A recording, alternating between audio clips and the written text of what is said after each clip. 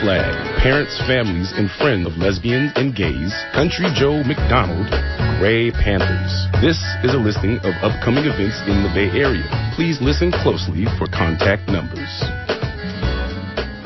On February 13th, the National Cervical Cancer Coalition presents a day of yoga, chanting, and dance. This fundraiser for women facing issues of cervical cancer is from 8 a.m. to 8 p.m. and will be held at 2525 8th Street in Berkeley. Lunch will be provided.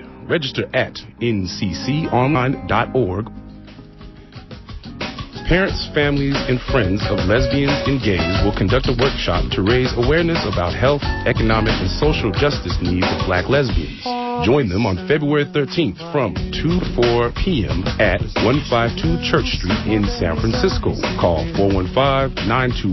415-921-8850 for further information. Poets, singers, and musicians, you're invited to sign up for Open Mic. Legendary singer-songwriter Country Joe McDonald will be featured on February 18th at 1924 Cedar Street in Berkeley. Doors open at 7:30 p.m. $5 to $10 donations are requested. For more information, call 510-540-0898. The February 15th meeting of the Gray Panthers will be dedicated to educating everyone on Social Security issues and how to protect Social Security from privatization and benefit cuts. This meeting will be held at 1187 Franklin Street at 1 p.m. and it is wheelchair accessible. Please call 415-522-8800 for more information. The community calendar is produced by members of the KPFA Apprenticeship Program. Send your listing at least 3 weeks in advance to KPFA, Box 51, 1929 Martin Luther King Jr. Way in Berkeley, California, 94704, or fax them to 510-848-3812. Attention to the community calendar. Tell us if your event is wheelchair accessible. To hear this calendar again, call 510-848-6767, extension 621. That's 510-848-6767, extension 621. It's 94.1 KPFA Berkeley, 89.3 KPFB Berkeley, 88.1 KFCF Fresno, and online at kpfa.org. At 7:02 p.m., it's time for Full Circle.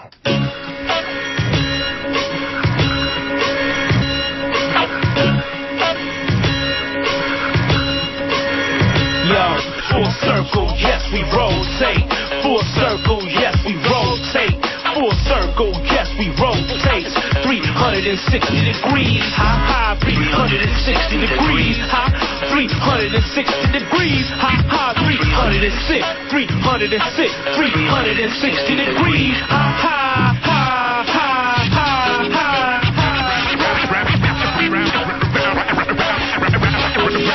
Round and round, round we go. To the circle, 360. Round and round, round we go. 360 degrees. Round and round, round we go. Welcome to Full Circle, your cultural and public affairs radio magazine.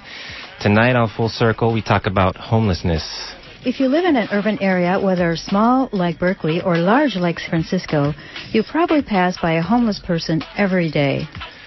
Homeless people have become a fixture in our society. The homeless population is still on the increase.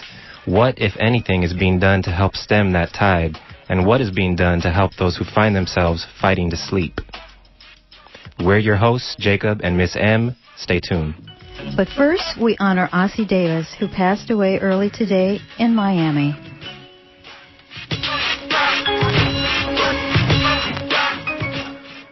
Actor and activist Ossie Davis died early today at 87 years old. During his lifetime, Davis exemplified a commitment to justice through his career on stage and in film, TV, and radio. He was filming on location in Florida when he passed.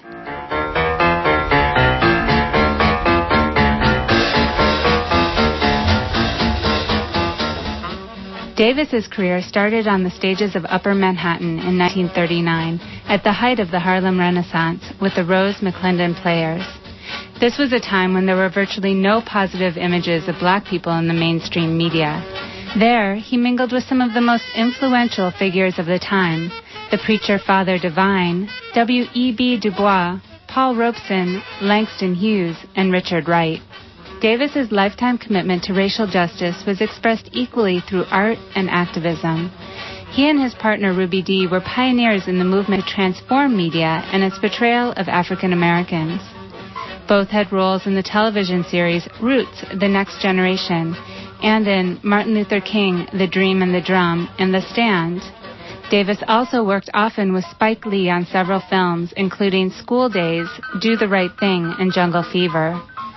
Along with film, stage, and television, the couple's careers also extended to a radio show, the Ossie Davis and Ruby Dee Story Hour, that ran on 65 stations for 4 years in the mid-'70s.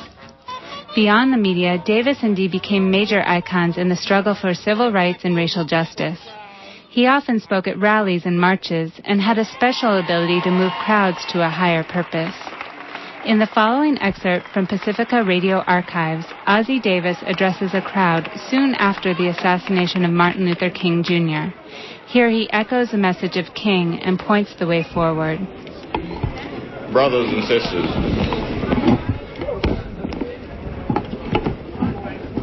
we gather at this spot in Central Park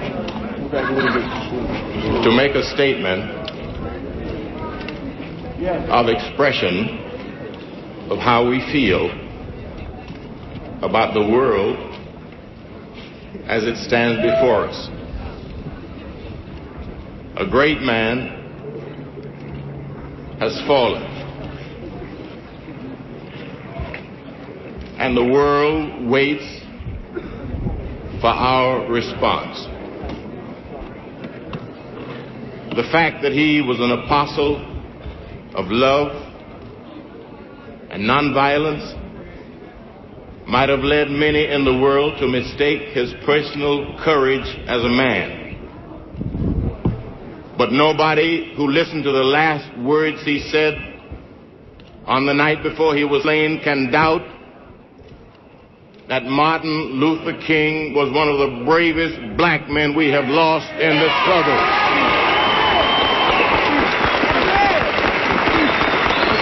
And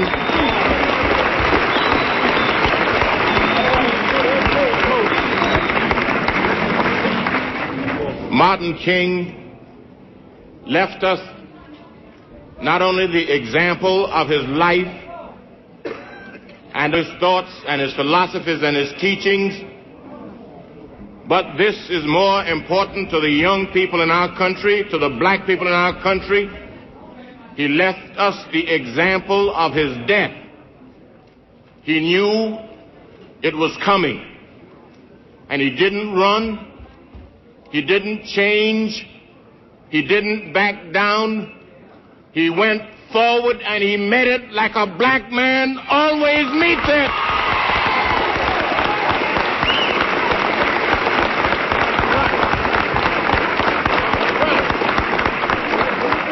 Now, why was Martin Luther King in Memphis? Was he there just preaching sermons? No. Was he there holding a seminar on nonviolence? No. He was not there delivering a lecture or receiving a Nobel Prize from the high powers of the world. He went to Memphis to help his black deprived brothers win their bargaining right from the city of Memphis. And we have got to go and see that they give it to them.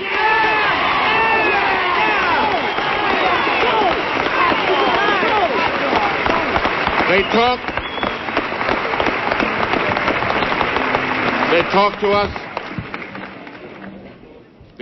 us about what kind of people we are.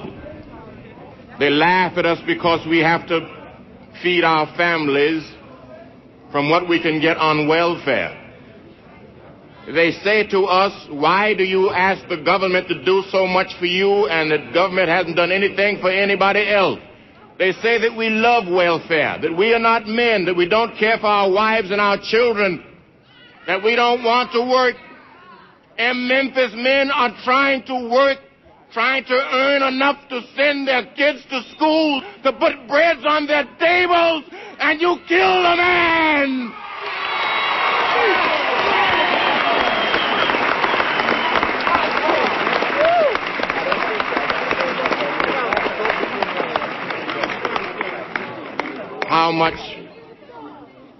how much America do you expect us to bear? My wife and I are looking forward to being in Memphis on Monday to carry forward the march that Dr. King was going to. I don't know. Dr. King's body is back in Atlanta. The leaders are having a meeting deciding what is to be done. So I don't know what the circumstances are. I do know there will be a march. And I do know that I want to be in that number. And I would like to feel that those of you who stand here, black and white, shamed, insulted, spat in the face of your manhood and your dignity and your belief in democracy by that stupid fool and his bullet in Memphis, that you will be there too.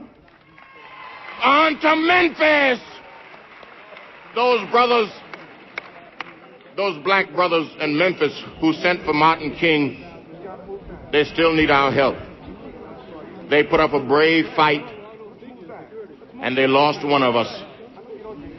But for every Martin they cut down, there must be 100 Martins to step into his shoes.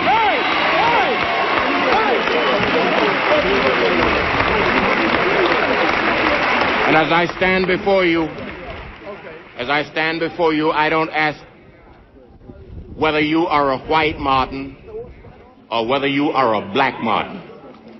I ask first if you are a man, and second, if you believe that men should stand or fall for freedom, and third, if you believe that the time for that freedom is now, that you will take those steps now. Now. Now. Thank you.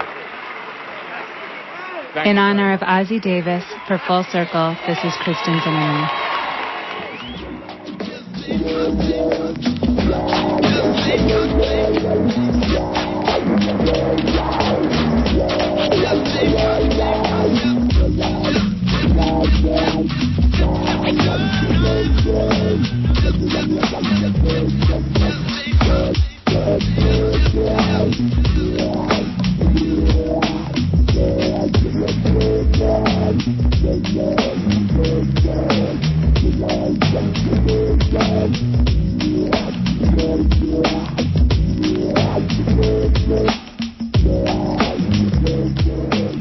Have you ever fought for the right to sleep? Have you ever struggled to find a space that was safe enough to close your eyes for the night? For millions of people living on the street, that's the reality of what homelessness is about. In January, the federal government announced it would spend $1.4 billion nationally this fiscal year to address the issue of homelessness. California alone will receive $208 million in grants for local programs, including $6.6 million for projects that target homeless veterans and $20 million for emergency shelters. On the local level, Alameda County is working on a 10-year countywide homeless and special needs housing plan. But what will this spending mean, and is it enough to address the issue? In contrast, the Bush administration has spent over $148 billion for the Iraq War, more than $1 billion per week. And the California state budget for prisons exceeds $7 billion for a population of about 276,000. When that's compared to the California homeless population of 360,000, one begins to wonder about priorities. But beyond the numbers, homelessness impacts real people. People a lot like the ones you might know. Tonight on Full Circle, we are featuring a panel of folks who have either lived the problem or are living to solve it. In studio, we have with us Ken Moshesh, who originally became homeless in 1994 and who currently serves on the Berkeley Homeless Commission. Ken's fight after his arrest in 2001 for, quote, lodging, unquote, without permission, led to that law being declared unconstitutional. Also with us in the studio are Sharon Hawkins-Layden, Executive Director of YAY, Youth Emergency Assistance Hostels, located in Berkeley, and Jack, one of their current clients. We're also joined by Michael Blecker, Executive Director to Swords to Plowshares, based in San Francisco. We also tried to have on a HUD representative to speak about the new funding.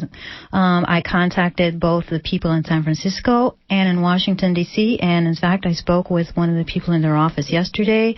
I called her office again this morning, and I emailed her after she requested a synopsis of the show, and I heard nothing back today after I had a conversation in which he said he would definitely try and get somebody. So we're a little bit disappointed around that. And Mickey, I heard that Housing and Urban Development just decided to give about $1.4 billion in homeless programs. Right. So that would have been really relevant, huh? Right. Since they have announced that they're going to be spending this money, we thought that was important. So we want to ask our guests, what do they feel the significance of that $1.4 billion is? What does it mean for people who are homeless? Can we start with Ken? Okay. Good evening, everyone. We in the homeless circle that have been living homeless and then eventually trying to solve homelessness look at that number from the point of view of, is it increasing? Is it enough? The absolute value of it really doesn't say that much. From my vantage point on the Berkeley Homeless Commission, I know that the request far exceed the amounts that we have in our budget, and it's been that way ever since I've been on that commission. So we acknowledge, and I guess we applaud the fact that we got some funds, because at one point there was seemed to be a tendency not to even recognize this as a problem that should even be addressed and funded by government. We appreciate that. But we have to sometimes pay attention to the current political situation and understand that this may be a Band-Aid approach. It's definitely not enough to actually solve homelessness. But what we have to do is take what comes to us and try to put it together in such a fashion that less people end up sleeping on the streets in California, in Alameda County, and in Berkeley. Michael, what are your viewpoints on this funding? Well, the funding represents really just refunding of a McKinney application that was sent last year. I think there's in San Francisco, there's one additional permanent housing program in addition to that. So essentially, we're just sort of holding on in terms of capacity. And in the middle of this McKinney grant, there have been dramatic cuts in the Section 8 programs, which is the one program that provides housing subsidies that really creates meaningful opportunity. So on one hand, you get this $1.4 billion for McKinney. On the other hand, they take away Section 8 funding, and we all know that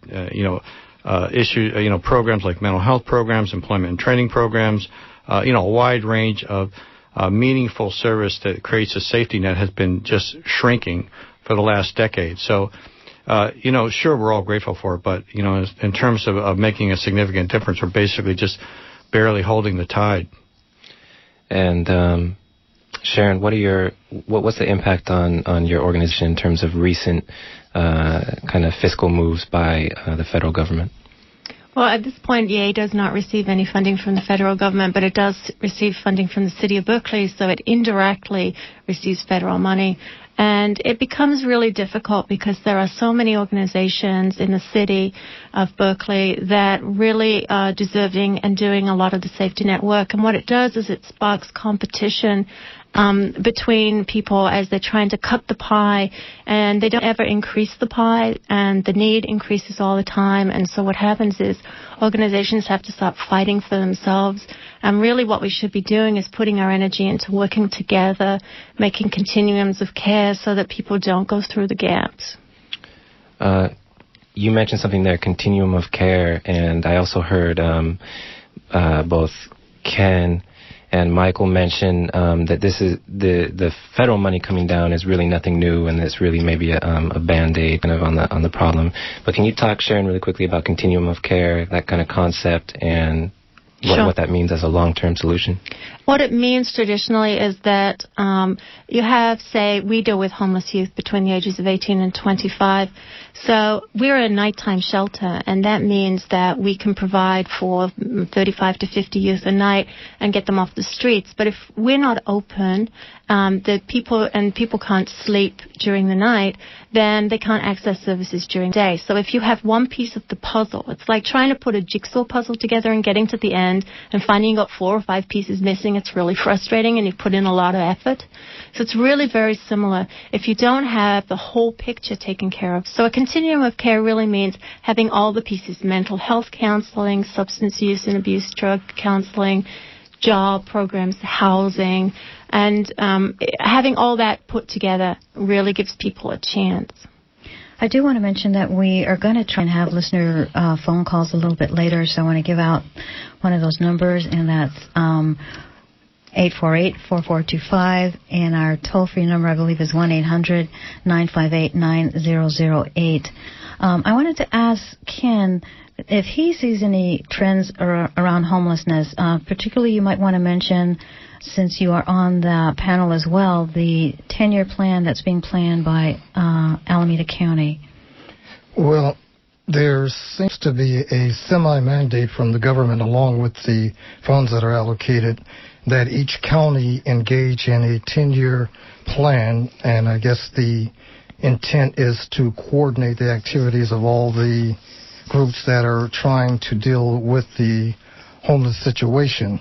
However, again, politics and other items seem to rise there too, because most of the funds that are allocated, all of the funds that are allocated by HUD, HUD, have to go for what they call the chronically homeless individuals.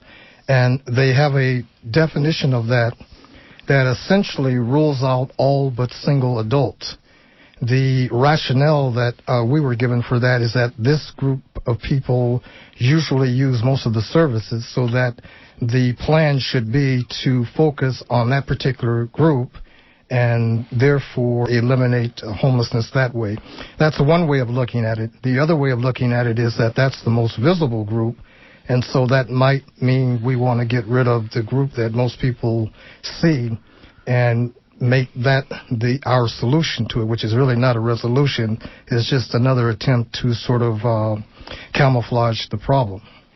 Well, speaking of what happens to people, maybe we can get a little feedback from Jack about how it is to be homeless. Tell us a little bit about your experience. Well, to be homeless is real hard, because you run into a brick wall like each corner that you turn when you're trying to get about the situation that you're in.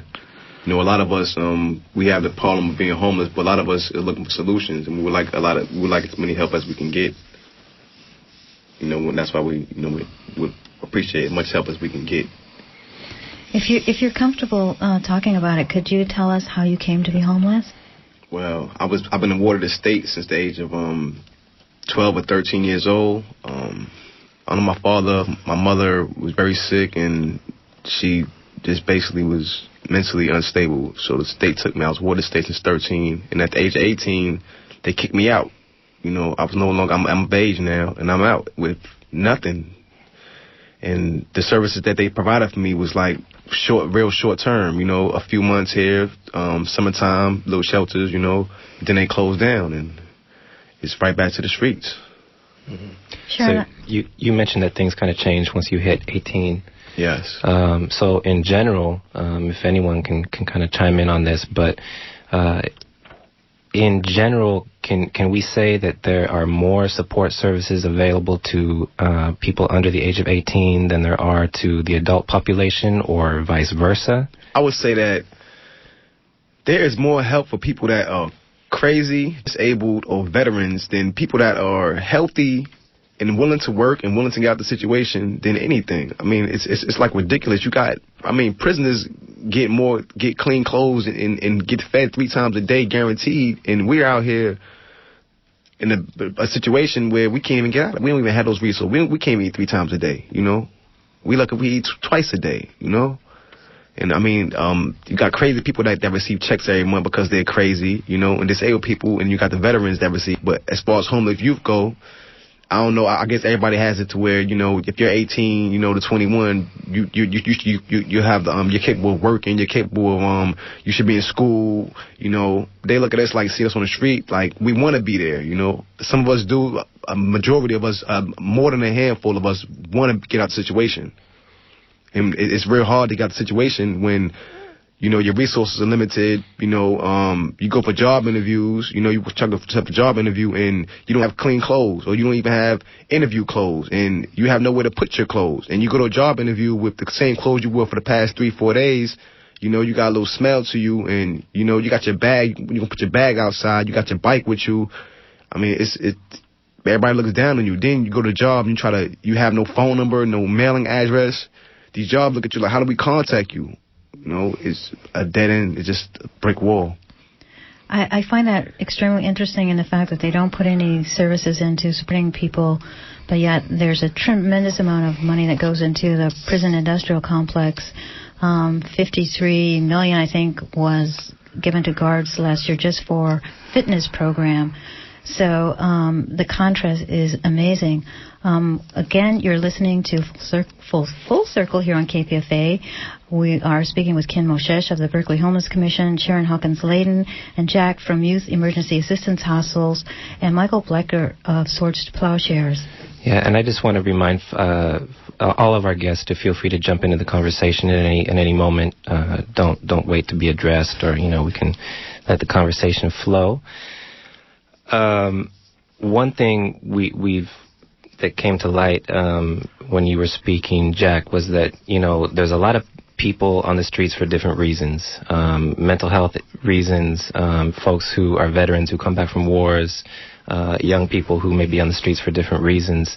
But I was interested tonight in kind of asking some kind of basic questions. And one of those questions is, what are the major factors that are contributing to homelessness today? I mean, are we seeing a lot of homeless veterans these days? Is it mostly folks with mental health issues? Is it mostly young people? What are we looking at right now? Basically, we're looking at a real corrupt government, because they got money for war, but they can't feed the poor. You know, I mean, $1 billion you spend for 1 week of war. If you put that $1 million within, just say, the Bay Area, and help out homeless people from 13 to 25 years old, you will see a dramatic change. You will see so many people off the streets. You will see buildings getting built. I mean, they would take a library down and turn it into a police station. They would take down a school and turn it into a youth correction facility. You know, but where's the homeless shelters? I mean, how is it that you get arrested and you have a bed every single night? No matter, jail has room for anybody, any day of the year, any day of the week, any day of the year, they have room for you. But when you're homeless, you're kind of like, you might not have a bed that night because the shelter might be full and you're stuck because the shelters are real limited. They don't hold that many people. So it's I see that, I see that a lot of money is getting spent on, you know, creating more problems than solutions. And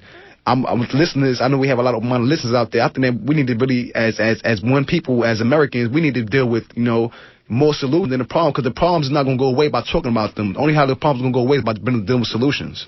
One of the things that we see at the shelter for youth down the street here on University Avenue in Berkeley is a whole mix of youth. So some of the youth are on the streets because of mental health problems, schizophrenia, bipolar disorder, post-traumatic stress disorder. We've got veterans from Iraq in our shelter who are 23 years old. Or we have people who have substance abuse issues. And we had 30% of the youth straight out of the foster care system, just like Jack. And 50% of the youth don't have a high school diploma. So I've been recently spending some time looking at statistics of some of our intakes. And what I'm seeing a pattern of is a lot of youth are having some kind of trauma around the ages of 13, 14, 15. Maybe they're in a group home. Maybe they move several times. Maybe their family splits up at that time. And they never seem to be able to recover from that trauma. By the time they're 18, they've missed school. They've got gaps in the system now. Maybe they have mental health issues. Maybe they're using drugs because they're in so much pain. And what happens is that they now are on the streets. And so we see one of the things that's really hard to do when you talk about homelessness and these kinds of issues is to try to classify as one type of person that's homeless. I mean, I'm sure that everybody sees in the adult shelters the exact same profile. It's just that when they're young, you stand more chance of being able to help them. And the longer, every year that it gets more and more entrenched, it gets more and more difficult to help solve the problems. Yeah, I agree. We, Swords of Plowshares, that's who we serve as veterans. And the numbers are just astounding. I mean, any given night, like tonight, there will be close to 300,000 veterans who will be without a house, without a home, without a bed. And nearly 500,000 will experience homelessness during the course of a year. And what happens is, the little federal funding, it pits one group against the other. It pits youth against veterans. It pits elderly against the families, And so we're all, just desperately trying to survive and work with each other, but just not enough money, not enough resources. We know that. There's a major league capacity problem, so it's like a shell game. They give you money here and then they take it away. And I will say about trauma, trauma never goes away. People are traumatized, and they live with that forever, whether it's combat trauma or being traumatized by sexual assault or what have you. This whole society is traumatized. But in war, that happens, and you have children at war, 17, 18, 19-year-old kids who are at war and traumatized, and, that's not going to go away. And so the cost of war is enormous, and we never face up to that. I mean, I'm a Vietnam vet myself, and I was in combat, and, Vietnam vets never got, those needs never got addressed, and that's why, half of the homeless veterans are served during the Vietnam War. And so here we are. Oops, that's a problem, Of course it's a problem. And for these young men and women in Iraq, it's going to be a problem. Ken, I just wanted to have you share a little bit of your history. You were once a homeowner and had many things going for you.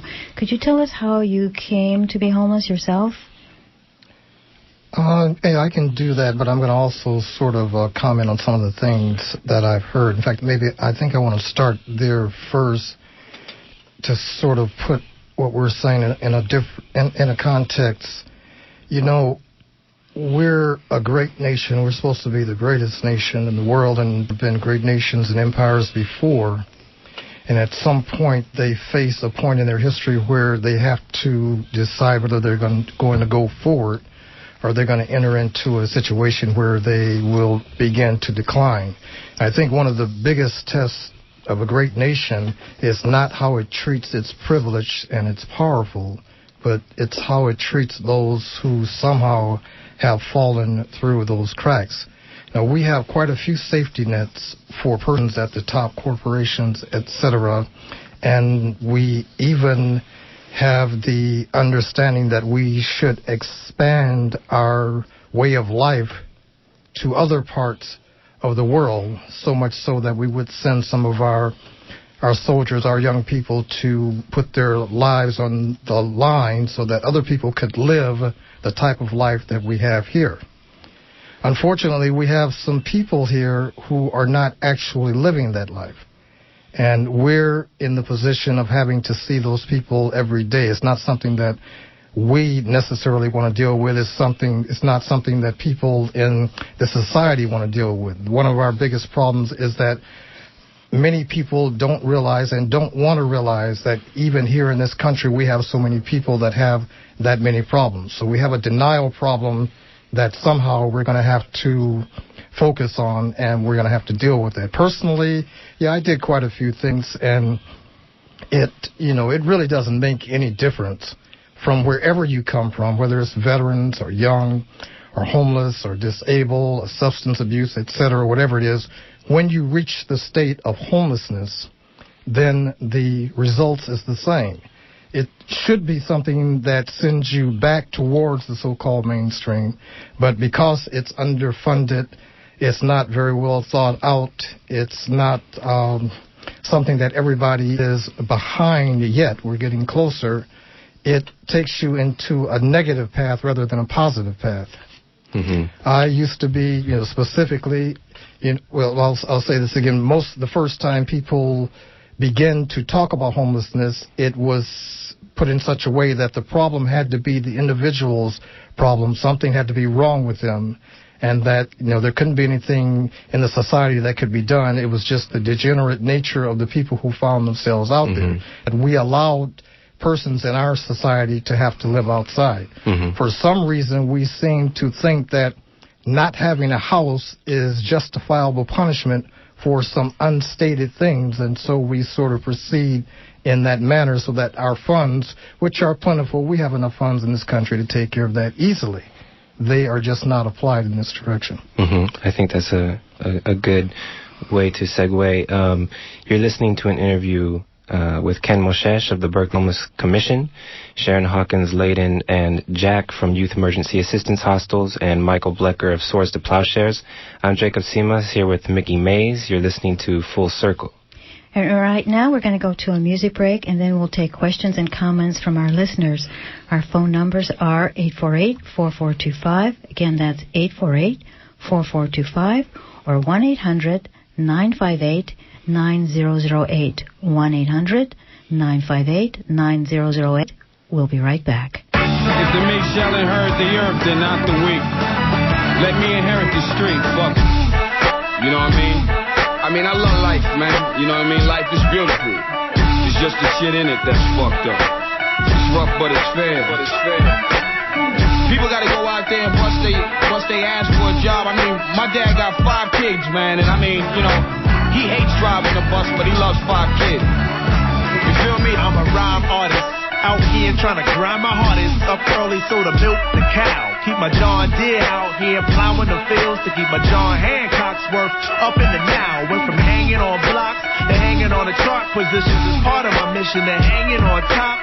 Gotta get your poly cracker on with them crackers and them shiesty ass niggas if you like it or not. I've been rewired to work more officially in the dirt. I'm hands on with it, all up in my cuticles. Some try to get off the farm but fell into harm by getting in the game of them street pharmaceuticals. But I was raised in the blue collar themes, having white collar dreams, cause I see what it means to know the meek shall inherit the earth. But don't forget, the poor are the ones who inherit the debt. You can bet I got better things to do than that. I was a dick who got jerked by Tom and his boys. Came on my land, seized my cattle and catalog as if it wouldn't leave me less than coy. But I'm far from bitter, even further from quitting. Got a grind date to make, no time for sitting and playing Xbox. Stand up and exercise my rights as a thing who Bob Nestor. It's the grind. All right, you're listening to Full Circle on KPFA. I'm Jacob here with Mickey Mays, and we got a little interview panel going on with Ken Moshesh of the Berkeley Homeless Commission, Sharon Hawkins-Layden, and Jack from Youth Emergency Assistance Hostels, and Michael Blecker of Swords to Plowshares. And we got a couple callers on the line, and I think we're going to go straight to the phones and see what our listeners have to say. We have Fred in San Francisco. Hey, thanks very much for doing this show. It is so important that you get the truth out there. I'm really glad to hear people relating it to the structural violence of the system, the extreme inequality. And part of the solution, obviously, to that is to have a floor below which people aren't allowed to fall and a ceiling above which they can't arise, so we don't have that brutal level of inequality. What I wanted to respond to specifically was the question of trauma. It's a huge issue, and I totally agree with you that it's at the bottom of a whole lot that's wrong. I do want to offer that there are things that could be done. Not many people know about it, but there's a guy named Peter Levine, he actually studied at Berkeley there, who's developed a method that is really, really effective. An associate of his named Benjamin Kolodzen, who's out in Bolinas now, has developed an adaptation, a method of working with veterans who are homeless and other people who have survived trauma and are on the street. And he's got a method of working with them. Do you have a question for one of our guests, Fred? Well, I wonder what kind of cross-class organizing efforts they feel are most appropriate at this moment in history when things are so polarized.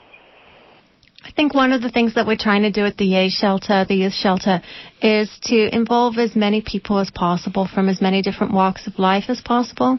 So what we're trying to do is, as Mickey mentioned earlier, everybody seems to walk past homeless people. If you talk to homeless people, one of the things they say the most is that they feel unseen and unheard. And so what we did was we took a bunch of people from Berkeley and we asked them if they wanted to give their time. So right now we have 45 community volunteers that come into the shelter who cook, who talk to the youth, play games, and clean. They do all kinds of things. And they've really become sort of a part of a community. And that's what we're trying to establish here is how do you get people who feel so disenfranchised from a community to feel part of a community again? It's one thing to say to them, we care. It's another thing when you open your doors and people who live in the block are there cooking you dinner every night. And they come every single Monday night for week after week after week. So that's one solution is to involve the community more. Another good solution would be to somebody like anybody out there with that's good with psychiatric help and counseling. A lot of us have a lot of mental problems and psychological problems that really can be solved, you know. And if we just had somebody to talk to get the pain out, you know, that would take us off of the drugs and the alcohol abuse, because a lot of alcohol and the drugs is to cope with the pain that we hold with ourselves, you know, whether it was sexual abuse, physical abuse, mental abuse, or emotional abuse, coming up in the foster care or jail, the streets, at home, you know, I'm saying a lot of us was abused, you know, those are like the four main things that we was abused by, and we hold that in and we deal with it with weed, alcohol, crank, whatever, anything we got our hands on that could ease the pain and make things smoother. A lot of that could be, you know what I'm saying, eliminated by just having somebody to talk to get it out. Because you hold it in, it eventually gonna come out in an ugly way. But if you get it out with somebody that's positive, then you can turn that negativity into positive, and then we can have a beautiful thing. I know at Seward's when we have housing on Treasure Island, it's all about building community. You got to break through the isolation. You got to connect people up. It's all community. That's what it's about, really.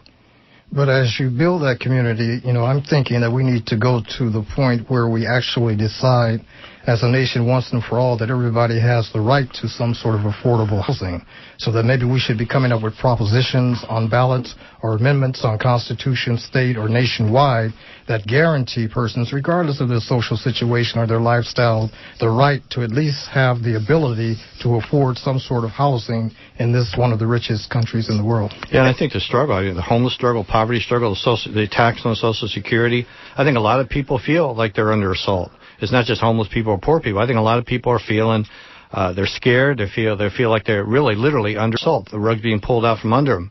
And I think there's a lot of potential to bring people together to do something about this. A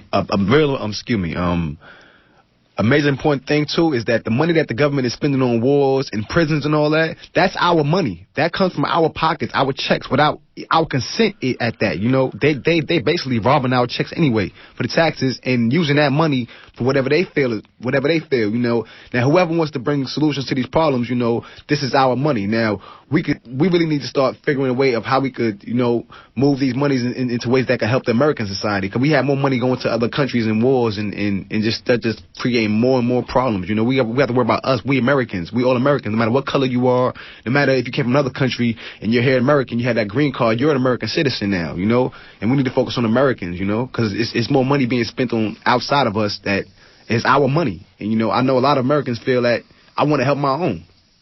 I want to give out our phone number again for callers, and it's area code 510-848-4425. Again, that's 510-848-4425, or 1-800-958-9008.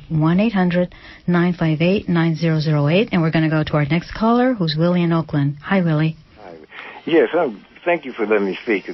My question is this, you know. We lost him. Oh? Hello, yes. Hi, I'm calling to contribute to the dialogue. Go ahead, please. Okay. Am I on the air? Yes, you are. I think we lost Willie in Oakland. So, caller, can you introduce yourself for us? Sure. My name is Shanti Harris, and I live out here in SF. Hi, Sean. Hi. The question I had for the callers or your panel there was there's a lot of discussion going on about what needs to be done, but I'd like to know if all of you did vote. Did you all walk down there and, cast a ballot? And I understand that presents a problem to the homeless because in order to vote, you need to have an address of residence. And maybe is there a relationship between the homeless lack of power and their inability to vote? And it'd be interesting to know whether the Soviet Union, when, the former communist Soviet Union, when they, because they had socialized, nationalized housing, what their homeless, if they had a homeless problem, because the conservatives always will present their argument that we can't help the homeless, we can't provide, some sort of nationalized housing because that's socialism, right? So I'm just wondering what's going on. I think in San Francisco there's a lot of organizing among the homeless community. At Swords Without Shares, we registered homeless to vote, and we weren't the only ones. I mean, we saw that was important. And as I said, the whole idea of Social Security, I mean, if it wasn't for Social Security, we'd have major poverty among the elderly. There are ways that you can address these issues. It just takes a big commitment. Mm-hmm. Well, we're going to move on. I think we have time for one more call, and that is Heather in Marin. Good evening. Thank you for taking my call. I worked in the medical profession for many years, and I have a great deal of trouble with the methodology of of medicine and its model. It's very limited, and working in it, I found that there wasn't a lot of real sensitive communication from people. I mean, I think the people who were sensitive have since left, or people who are there are just seeing it as part of their economics, and they're trying to survive in life as well as those people who find themselves on the outside of work. But so I was wondering if your panel members had a reaction to how they're treated and when they come in contact with healthcare people, because, as I said, I feel like that's not always most sensitive. So that was my question. Thank you. I think from the one thing that we are finding at the youth shelter is that there really is sort of a way that people can show up and be present with each other, and it doesn't matter what the situation is. And I think that sometimes the professionalization really puts people in a place of feeling like they're the expert on somebody else's life. And one of the things that we try to do in the work that we do is we go back and we try to join with the youth in terms of, we try to get really curious about what their situation is, really non-judgmental, and we try to provide that kind of an atmosphere. What we find when we do that in the shelter is, just like Jack was talking about earlier, people open up and start talking to us about their problems, and then we can maybe hook them into more of a sort of professional linkage system. So I think it's really important that we go back to the common humanity of everybody, and that we really start to come to people. And so I think, it really does make a difference if you're doing something out of your passion and compassion, as opposed to doing it from a professional standpoint. I just think that whole idea about community and connection is very important. If it happens to someone else, if it's other people, and it's not you or your family, or if that homeless person, could that be your brother or your sister or your mother or your aunt, your uncle, your son and daughter? That's the kind of connection. That's human connection. And that's what builds community, as opposed to it's just them. These soldiers who died from Iraq, who are they? Where are they from? It's not us. It's not our neighbors. So we need to be connected to that kind of pain and suffering that's going on. Everybody on this planet breathes the same air, and we all bleed red. So that's the oneness. Instead of looking at all the differences that we have amongst each other, we need to look at the similarities, and is that we are human beings. And, what I do to you is what is going to come back on me. Whatever I put in the water, I'm eventually going to drink that water. So us being homeless eventually will fall back on you one way or another. You're going to have to pass us, see us. Situation, it just comes back around, But when you help us, we can be able to help ourselves and help others as well, Because a lot of people that came out of the homeless situation, they have a lot of people that come out the homeless situation and wind up working with the homeless people and dedicate their lives to help other homeless people get out of that situation as well. So I feel each one teach one. And I want to comment on that and take it a little bit different way. I'm afraid that we're running out of time, so what I'm going to ask people to do is to give us some contact information. We're going to start with you, Sharon. How can people get a hold of your organization? Well, one of the best ways to get a hold of YEA is through our website, which is www.YEA, which is YEAH-Berkeley.org. And people can find out how to volunteer or how to come into the shelter and help homeless youth and prevent them from becoming homeless adults. Thank you very much. And Michael? Yeah, you can contact Swords to Plowshares, and we're in San Francisco. And the phone number is area code 415-252-4788. Ken, could you give out your contact information? And if you have that poem with you, we can end with that before we go to a music break. I'll take the poem first. This poem came about when, as was alluded to before, I used to be a university professor at UC Berkeley, a student there, a graduate student there, and have done many other things there. But unfortunately, I became homeless there, too, and to my, not surprise, but eventually I was arrested on campus for walking there with a sleeping bag in my hands. And most of my responses to homelessness were such that, since I don't like to deal in expletives, they couldn't have been in prose. They had to be in poetry. This was one of the poems that was created to deal with that situation. It's called A Place to Home. Oh, say, can you see sparkles, flares, bombs bursting at night, gleams of glee, but none inside for me. Staring up, overpriced, outside, scarred by starlight, searched by flashlight, arrested, sleep, detained, defamed, deferred, claims to freedoms to blame. Judge calls my name, lawyers proclaim, verbiage rains on my sleep-seeking bag, already wet with years of tears of struggle for places to go, not insane, but inside, or at least not in view, just to sleep. Judge dismisses their claims, perhaps no more, maybe soon, a place to home. All right, thank you. And Jack wanted to share some info with us. Y'all can contact me with anybody that has any hookup on clothes, food, jobs, sponsorships, legal services, anything that can help out the homeless youth that y'all feel. Any donations, anything, clothes, legal services, anything, you can email me, and this will go to all the youth at the YEA shelter at bumrushtheworld@hotmail.com. That's BUMrushtheworld@hotmail.com. All right, thank you.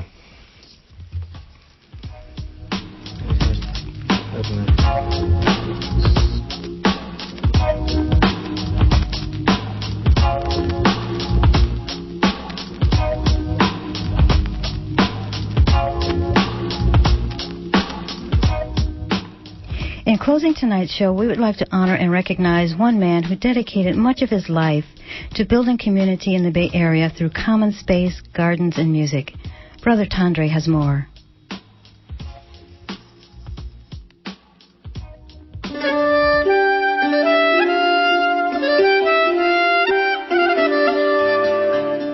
Carl Lynn, eloquent community activist. A human of profound compassion, energy, and commitment for social justice, community gathering, and environmental restoration. Carl Lynn crossed over early Thursday morning, February 3rd. May he rest in peace.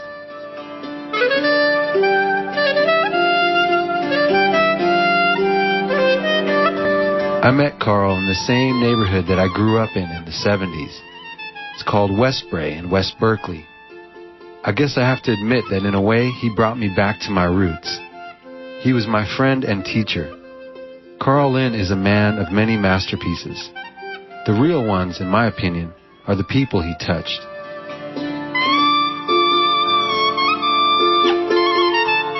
One of the things I learned from Carl Lynn is how important it is for people to gather in a circle in our neighborhoods and share with each other. Share food, garden space, share art, music, politics, poetry, share our dreams, and most of all, our hope. Carl Lynn has given many people in this world hope. Hope for healthy communities, hope for peace, hope for justice, hope for a return to balance with nature and balance within ourselves. To me, Carl Lynn was the epitome of the early bird. I know he got up before me and went to bed after I did. That was his work-love ethic. Carl Lynn loved to work, and he loved bringing people together. Every time I met him, he had this little black notebook scribbled full of dates and meetings and decisions. He was always coming from one meeting and going to the next. He opened his home and always offered food to his guests. Even at his office, he had cheese, crackers, and juice for late-night meetings. Someone once told me that Carl Lynn was retired. I laughed.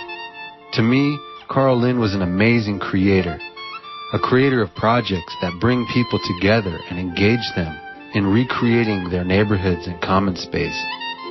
There's a powerful poem in West Berkeley at the corner of Peralta and Hopkins. I would paraphrase it for you, but instead, I welcome you to visit it for yourself at the Carl Lynn Garden. The voice of Carl Lynn speaking on the Ohlone Greenway last year. We realized that the Ohlone Greenway could really provide an opportunity for us to create a Greenway Commons and make the history available to the people in the Westbury neighborhood. And we started then to create the Ohlone Greenway work team. And since 1998, we have worked on all kinds of installations, trying to create an interpretive exhibit of the natural and cultural history of that area.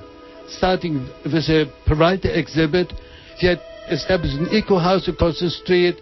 There was an entrance both to the Peralta Northside Garden and the Carl Lynn Community Garden. We also have an agricultural exhibit. I'm sure you have seen the 4 cows that have wonderful personalities. And the way it really happened as we work collaboratively in our team, somebody comes up who remembered that years ago cows walked up and down the streets when they were not paved yet. And then finally, through a lot of wonderful cooperation, we started to develop this exhibit. And you found out more about it from the people who have really worked on it. Thank you. Rest in peace, Carl. Thank you for your incredible life and story.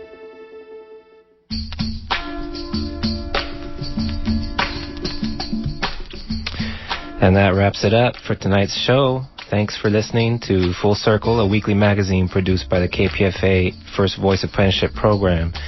Full Circle airs every Friday night from 7 to 8 p.m. Full Circle is produced by graduate and current members of the KPFA Apprenticeship Program. Brother Tandre was a contributor to this week's show. Our technical producer is Mickey Mays. Our outro theme music is produced by Proactive. Our segment producer is Ranjita G. Our senior producer is Kristen Zimmerman. Our outro music is produced by Brother Tandre. Advisors are Anita Johnson and Amelia Gonzalez. If you have any questions, comments, or topics for future shows, write us at 1929 Martin Luther King Jr. Way, Berkeley, California, 94704. Or you can email us at fullcircle@kpfa.org. With William Walker at the controls, we've been your hosts, Miss M and Jacob. Thank you for listening to Full Circle. Stay tuned for La Onda Bajita. Peace.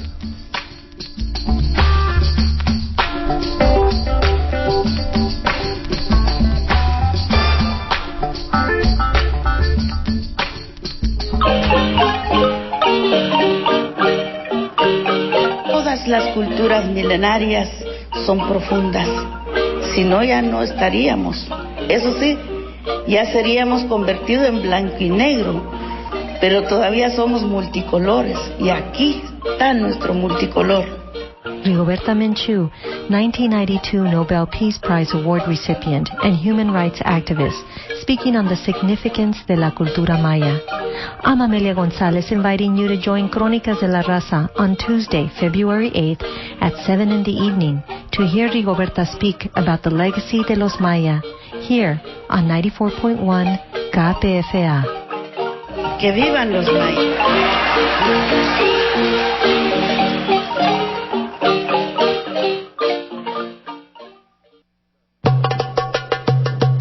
KPFA IBDA Freedom Radio Project. Flashpoints, KPFA, and the IBDA Cultural Center present a benefit fundraiser Thursday, February 10th at 7 p.m. at the Grand Lake Theater in Oakland. Beginning with a film screening of The Children of Ibda, a documentary about the Palestinian children's dance troupe from the Dheisheh refugee camp in the West Bank.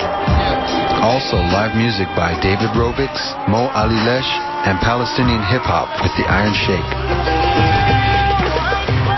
The Freedom Radio Project is a collaboration between Flashpoints, KPFA, and IBDA, empowering Palestinian youth to express their own creative story and experience through radio. That's Thursday, February 10th at 7 p.m. at the Grand Lake Theater in Oakland. Tickets